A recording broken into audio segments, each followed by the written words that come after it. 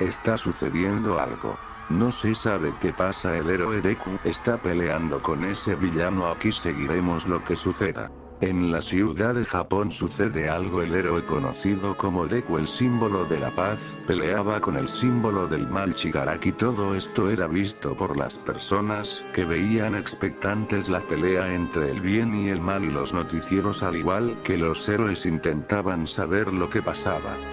Un helicóptero se acercaba al lugar en búsqueda de alguien entre la destrucción. ¿Ves algo?, lo decía un periodista a el piloto. No, nada, sigamos buscando, lo decía el periodista. Ey, ¿qué es eso?, lo decía el piloto, a lo que el periodista vio a lo que el piloto le había dicho, viendo un escenario que lo dejó sorprendido. Entre el polvo se podía ver al héroe Deku yacía en el suelo muerto junto al cuerpo igual sin vida de Shigaraki. No puede ser, lo decía el periodista con tristeza mientras veía como el símbolo de la paz ya así muerto entre las ruinas de la ciudad junto al símbolo del miedo. Esto no puede ser, esto es muy difícil de decir, el héroe Deku ha muerto, no sabemos bien qué pasó, les seguiremos dando noticias al respecto, lo decía la comentarista del noticiero, mientras que en otro lugar una chica pelicastaña oía la noticia impactada al mismo tiempo que lloraba pues su héroe había muerto. 3 días después.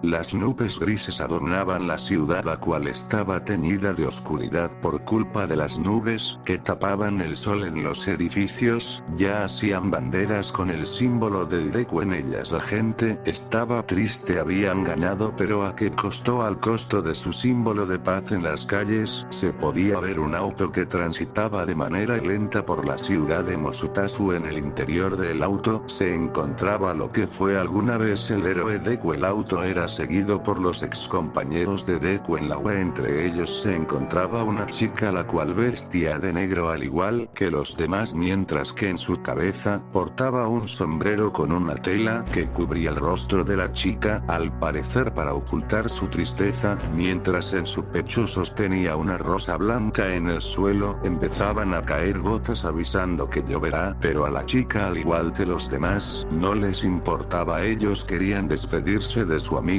y lo harán. Las gotas caían con poca fuerza, empapando levemente a la chica, mojando su pelo castaño y filtrándose hacia su rostro, haciendo parecer que lloraba aunque ella en verdad estuviera derramando lágrimas. El cielo estaba triste, derramando su llanto en el mundo pues su héroe había fallecido. El funeral era triste no tan solo por el ambiente, sino por los lamentos de las personas que se reunían a despedirse de su héroe, al igual que múltiples héroes que mostraban sus respetos al símbolo de la paz. Múltiples cañones eran disparados en honor al fallecido héroe, rugiendo con fuerza despidiendo a ese chico que empezó como un simple Shinkir a convertirse en el símbolo de la paz. Entre los lamentos se escuchaba un llanto que la chica castaña reconoció así viendo a alguien. Señora Inko, lo decía la chica con voz temerosa y cortada por los lamentos constantes. Ochako, lo decía la mujer conocida como Inko, que abrazó a la chica conocida como Ochako Uraraka, la prometida de Deku. No sabes cómo me alegra que hayas venido, lo decía mientras se soltaba del abrazo. No se preocupe, yo siempre la apoyaré, lo decía Uraraka intentando darle una sonrisa aunque la tristeza no abandonaba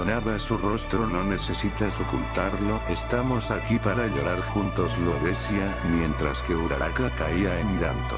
Así los amigos y familiares de Deku se despidieron de él viendo como poco a poco el ataúd descendía bajo sus pies. La tierra empezaba a cubrir a Deku enterrándolo en aquel cementerio, mientras que poco a poco las nubes se disiparon dándole paso a los rayos del sol que iluminaban la ciudad y la tumba de Deku, en donde ya así una rosa blanca enfrente de ella dejando ver la esperanza.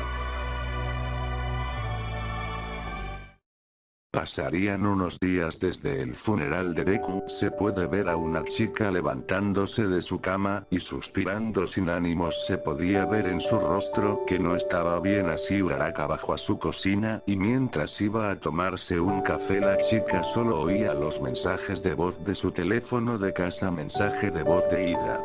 Hola Uraraka, te quise marcar para ver cómo estás. Recuerda que si necesitas algo puedes decírmelo. Cuando puedas regrésame la llamada. Adiós. Mensaje de voz de Atsuyu.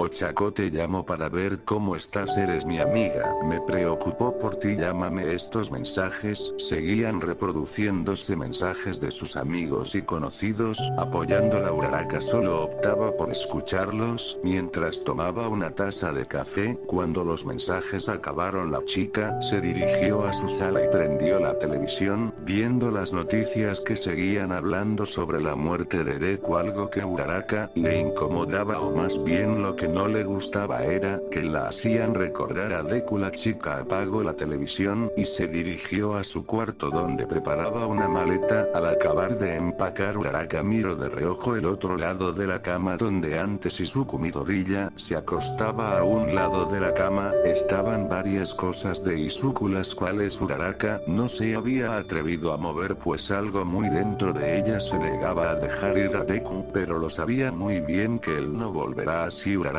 salió de su casa no sin antes cambiarse para irse. Uraraka condujo hasta llegar a una casa. La chica se estacionó bajo sus maletas y se dirigió a la puerta de la casa. La chica tocó varias veces esperando a que le abrieran, lo cual no se hizo esperar, y le abrieron la puerta. La persona que le abrió era una mujer que al ver a Uraraka la abrazó. Uraraka se sorprendió por el abrazo. Ochako, hija, ¿cómo estás? Lo decía la madre de Uraraka. Estoy bien mamá, no te preocupes, pasa. Lo decía la madre de Uraraka con amabilidad. Uraraka entró a la casa, la cual Uraraka ya conocía, pues esta era su casa cuando era una niña. La chica se dirigió a la sala y se sentó a esperar a su madre, pues esta había ido a la cocina para traerle algo de comer a Uraraka, aunque Uraraka le había dicho que no era necesario. Después de esperar un rato, la madre de Uraraka salió de la cocina con un plato de algo que a Uraraka le encantaba. Ten, hija, tu favorito, lo decía, dándole un plato de mochi, su postre favorito. Gracias mamá, lo decía Uraraka con un tono que reflejaba felicidad y melancolía. Si sé por lo que estás pasando, por eso veniste. Uraraka, al escuchar a su madre, puso el plato de mochi a un lado. Si por eso vine, lo decía con la voz un poco quebrada. Vine para que me consolaras, lo decía, soltando algunas lágrimas. Lo sé mi niña, ven pa' acá, lo decía acercándose a Uraraka y dándole un abrazo. Quédate el tiempo que necesites, aquí estaremos para ti. Uraraka aún en los brazos cálidos de su madre, con las lágrimas saliendo. Gracias mamá, no sabes lo que eres para mí. Uraraka se había quedado a vivir en la casa de sus padres por un tiempo, pues Uraraka se sentía mejor con la compañía de sus padres. Ahora se puede ver cómo Uraraka limpiaba los platos en el lavadero, mientras que su madre cocina. Entonces haremos una cena para mi papá, cuando vuelva, sí, pero será una sorpresa, lo decía la madre de Uraraka con una sonrisa. No tardó mucho y el padre de la castaña llegó, así todos comieron pasando un buen momento juntos.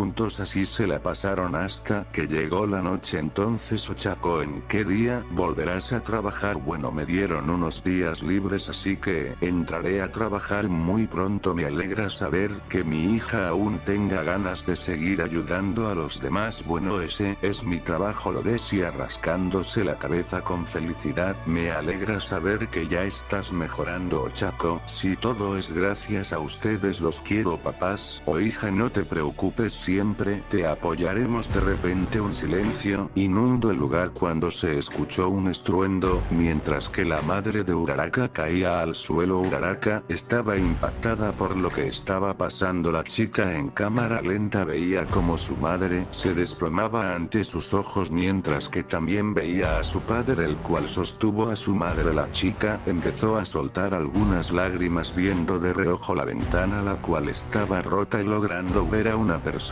encima de una casa. En ese momento una furia inmensa se formó dentro de la castaña. Papá, lleva a mamá al hospital, decía, saltando por la ventana y haciendo uso de su don. La chica amortiguó su caída al ver esto. La persona que estaba en el techo de una de las casas empezó a correr mientras era seguido por la castaña. La chica saltaba de techo en techo siguiendo a esa persona de manera implacable. Uraraka seguía a esa persona hasta hasta que llegaron a la ciudad en donde la persona perdió de vista a Uraraka. Así el villano entró a un callejón. La habré perdido, lo decía el villano, mientras sacaba de su bolsillo un teléfono, en donde empezó a escribir mandándole un mensaje a alguien. En ese momento las nubes se nublaron, empezando a llover. Maldición, tendré que irme, le enviaré el mensaje luego, lo decía mientras se dirigía en un edificio. Observando se encontraba a Uraraka, la cual veía al villano con una mirada que denotaba enojo. La chica era empapada por la lluvia, mientras que los truenos iluminaban el cielo. Por unos segundos la chica saltó del edificio en dirección del villano, la cual no pudo ni reaccionar, empezando a ser golpeado por Uraraka, la cual no tenía piedad ante la persona que dañó a su madre. En el callejón solo se escuchan los constantes golpes. Cuando se detuvieron, Uraraka salió del callejón con el villano al borde del desmayo. Uraraka lo miró y sosteniéndolo le habló. ¿Quién te envió?, lo decía Uraraka mientras lo sacudía. Te lo volveré a preguntar,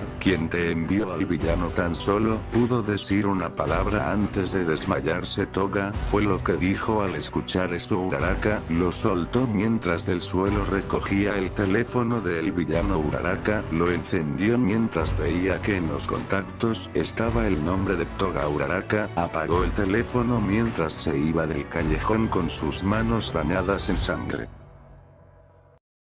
Ahora se puede ver una comisaría de policía en donde las personas que trabajan en ese lugar hacían sus labores cotidianas hasta que se escucharía en la entrada de la comisaría un estruendo. Los policías, al escuchar esto, fueron en dirección de la entrada listos para algún ataque, pero al llegar tan solo verían a una chica en la entrada, pero esta no estaba sola, pues en su espalda tenía al villano. Los policías, aún alerta, se acercaron a la chica, no pudiendo reconocerla por su cabello empapado, el cual no le permitía ver sus ojos. Los policías no estaban muy convencidos de esa persona, pero le apuntaron con sus armas cuando vieron las manos de la chica, las cuales estaban llenas de sangre. «Ey tú, no te muevas», lo dijo uno de los oficiales. En eso alguien hablaría. «¿Qué sucede aquí?», lo dijo un hombre pelinegro, el cual conoció a la chica. «Uraraka, ¿qué haces aquí?», lo preguntó el agente. «¿Hay alguna celda para él?», lo decía la castaña, bajando al villano. «¿Quién es él?», preguntó Sukauchi. «Él es un villano vinculado con la villana Toga Himiko». «Bueno, nos haremos cargo», lo decía mientras que algunos agentes se llevaban al villano. Uraraka, al ver que ya estaba todo en orden, se iba a retirar, pero fue detenida por Sukauchi. «Uraraka, hace mucho que no te veo, ¿estás bien?», lo decía Sukauchi un poco preocupado, pues la castaña no le respondió. «Lo mejor será que me vaya, fue un gusto volverte a ver», lo decía, saliendo de la comisaría ante un Sukauchi confundido, pues él ya conocía a Uraraka y sabía que algo estaba mal. Mientras con Uraraka, esta salió de la comisaría lista para ir al hospital para ver a su madre, cuando su celular sonó alertando de una llamada. Uraraka vio de quién era y al ver el nombre de su padre, no dudó en responder. «Papá, ¿cómo está mamá?», lo decía Uraraka preocupada. «Ella está bien, ya se estabilizó». Pero ¿qué pasó?». «Ella está en coma». Estas palabras hicieron que la castaña sintiera una enorme culpa y tristeza, pues su madre estaba en coma y no se sabía si despertaría. «Ochako, ¿sigues ahí?», lo decía el padre de Uraraka con preocupación. «Iré por mis cosas, esto es mi culpa, y lo arreglaré», lo decía colgando el teléfono. La chica saltó a una gran altura a causa de su don en dirección de su casa. Así estuvo Uraraka saltando de techo en techo hasta llegar a su casa, en donde entró a su habitación y se acercó a su ropero buscando algo. No duró mucho y encontró lo que estaba buscando. Era su traje de héroe, el cual se puso. Al acabar de ponérselo, la chica empezó a preparar una mochila para irse, pero en ese momento alguien tocaría la puerta. Uraraka, al escucharlo, se puso alerta, lista para un combate, pero detrás de la puerta una voz sonaría: «Ochako, sé que estás ahí adentro, ábreme», lo lo decía el padre de Uraraka detrás de la puerta. Uraraka se tranquilizó al escuchar la voz de su padre. Así Uraraka le abriría la puerta. ¿Por qué viniste? Deberías estar cuidando a mamá y tú no, Chaco, lo decía el padre de Uraraka. Yo tengo asuntos pendientes que tengo que solucionar yo sola. Lo entiendo, hija, pero ¿por qué no dejas que los héroes profesionales se encargan? Porque hay una villana que me está buscando y no quiero que les hagan más daño, lo decía Uraraka, derramando algunas lágrimas. Aún sigo siendo tu padre, no puedo evitar preocuparme y yo soy tu hija. No te preocupes, sé lo que hago, lo hago por ustedes, lo decía Uraraka, poniéndose la mochila en la espalda. Te quiero, papá, lo decía Uraraka, saltando por la ventana ante la vista de su padre, el cual ya solo veía como su hija se iba entre las casas y los edificios. Aún con la lluvia ella no se detendría.